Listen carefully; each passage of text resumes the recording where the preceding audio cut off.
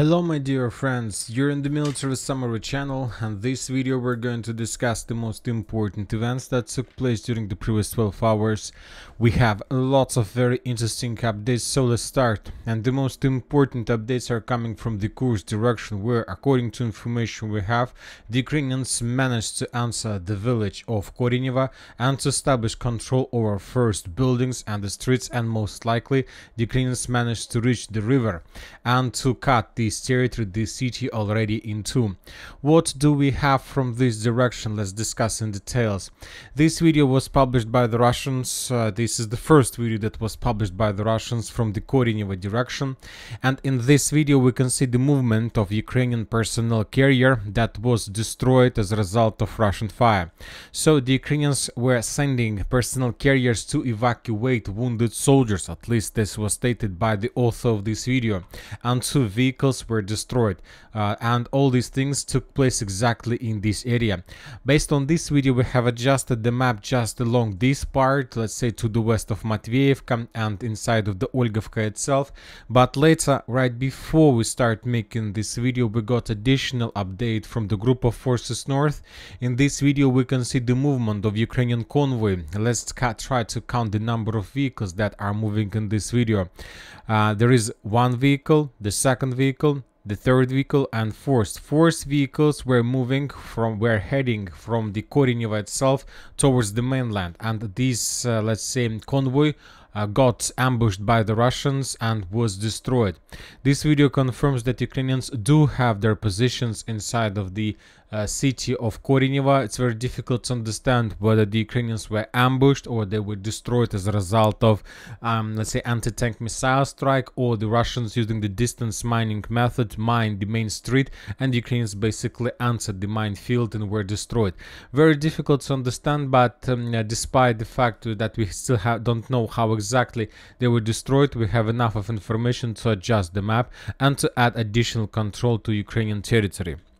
Furthermore, just to remind you that during the previous few days we got a lot of updates from Olgovka itself. In this video we can see the Ukrainian tank that entered the village itself, and that Ukrainian tank was attacking the Russian forces but was destroyed as a result of FPV drone strike or as a result of Lancet strike.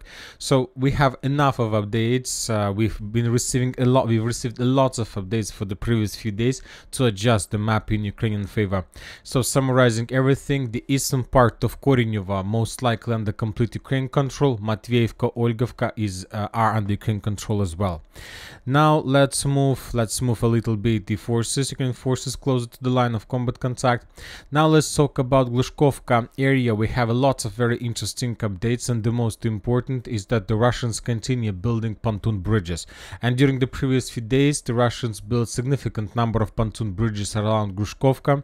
The Russians are trying to secure the area and just to stay on the safe side.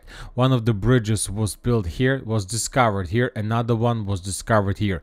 Most likely there are much more, let's say, bridges in this area, pontoon bridges. The Ukrainians are trying to attack them and to destroy them, but something tells me that the Russians may stop building the bridges because they still haven't managed to stabilize the situation. Let's call it in the eastern flank of Glushkovka. What we are talking about, according to different mappers, the Ukrainians continue offensive operation in the western direction. As a result of clashes during the previous few days, the Ukrainians established complete control over the village of Snagast and over the village of Vishnevka. The Ukrainians managed to establish complete control over the village of Apanasovka, and the Ukrainians captured the village of Blyachova. This information was confirmed by different mappers. We haven't received geolocations that can confirm this. The only video we have took place in Vishnevka, and most of the mappers consider this video as the Russian artillery strike on Ukrainian positions. But if we take a look at this video, I can't tell for sure that this is the Russians who were bombing the Ukrainian positions. Maybe these Ukrainians who were bombing the Russian positions. So anyway, most of the mappers use this video, let's say, to confirm Ukrainian progress, but we are not for 100% sure that this is exactly what was happening in the village of Vishnevka. So what is the most important? The Russians were building the pontoon bridges behind Zvanne, Glushkovka, Kobylki because they were expecting that Ukrainians would attack the Russians, let's say from the area of Tyotkina, that the Ukrainians would attack the Russians, so from the south. And from this perspective, to have pontoon bridges is a very good idea. But if the Ukrainians are planning to move from the east to the west, in this case, the pontoon bridges, we can say, plays not a very good role, and they are not bringing additional benefits for the Russians, because in this case the Ukrainians may capture all these pontoon bridges and they will have access to move further in direction of Rylsk. So very difficult and very complicated situation is taking place in Glushkova area. The Ukrainians are advancing. Now we start receiving updates about the fall, about the beginning of the fall of Korenevo. So we see, let's see what the Russians are planning to do, but obviously the situation is very difficult. Now let's talk about the eastern flank, about the villages of Martynovka. Today we got additional updates from pro-Ukrainian mappers, and according to information we have, the Ukrainians established complete control over the village of Martynovka. Yet we haven't received any geolocations that can confirm this, but most likely this is exactly what happened in this city during the previous 24 hours. Furthermore, we got additional update that Ukrainians moved further in the eastern direction and captured the village of Cherkasska Konopelka. Currently, the Russians are trying to create additional defense belt and to slow down the Ukrainians on the line Biryukova, Pushkarnaya, Ulanek. So this is the next defense belt without significant fortifications, just with the concentration of forces, where the Russians will try to stop the Ukrainians and not to allow them to move further in the eastern direction. The Ukrainian offensive operations slowed down. Obviously, we can see this, but they continue moving, which is most important. Now let's move to Kharkiv direction. The different mappers confirmed additional progress of the armed force of Russian Federation in Liptsi, and the sources reported that the Ukrainians began redeployment of forces, of fresh and free forces from the Kursk direction towards Kharkiv, with the purpose to slow down the Russian offensive in Liptsi, and the Ukrainians continue redeployment of their forces to Kupinsk direction, to the river Oskol, with the purpose to slow down the Russian offensive operation in the vicinity of Sinkovo, where, according to information we have, the Russians managed to improve their positions significantly. Now let's move further. Let's talk about Siversk direction. We continue receiving updates about the Russian progress in the vicinity of the railway station Vyemka.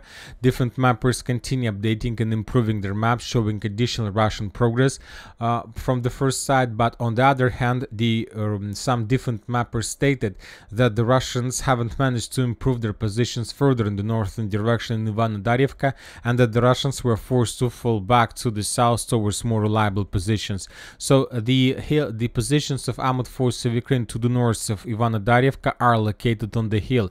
The Russians made a lot of attempts to capture this territory. Most of them were repelled by the Ukrainians, and the Russians decided to fall back. So this is the situation, and most likely the Ukrainians would restore control over Ivanodarivka in the very near future.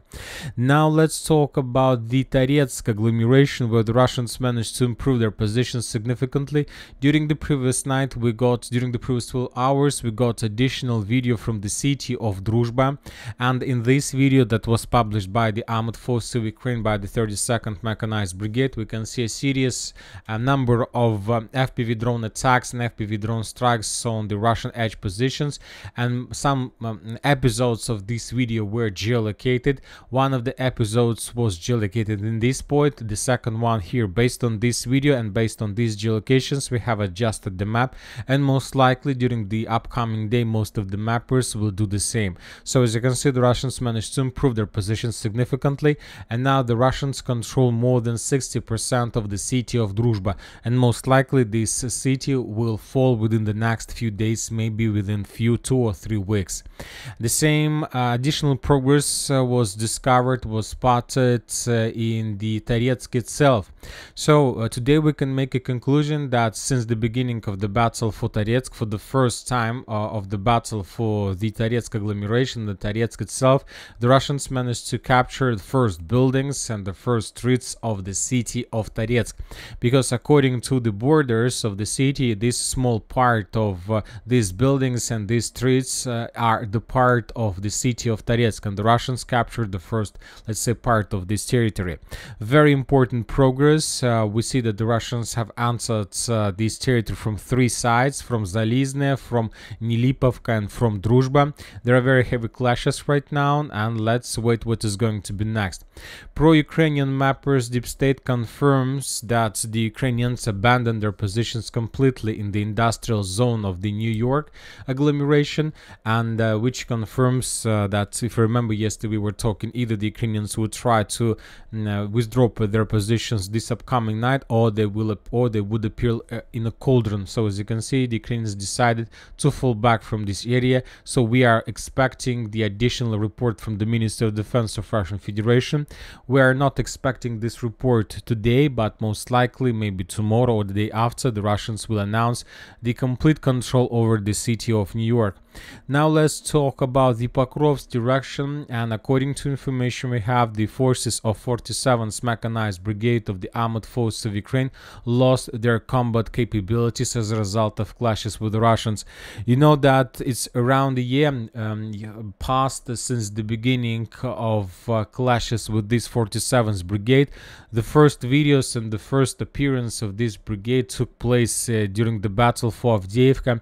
They were responsible for the area between Krasnogorovka, Stepovoy, and Berdichi, and as you can see, almost a year passed since the beginning of the battle, and now somewhere in the vicinity of Grodovka, this brigade lost their combat capabilities completely, and the Ukrainians are removing them for restoring their forces. Now let's talk about Novogrodovka. It's already third or fourth day in a row about when we haven't received anything about clashes on the Terikons or inside of the city.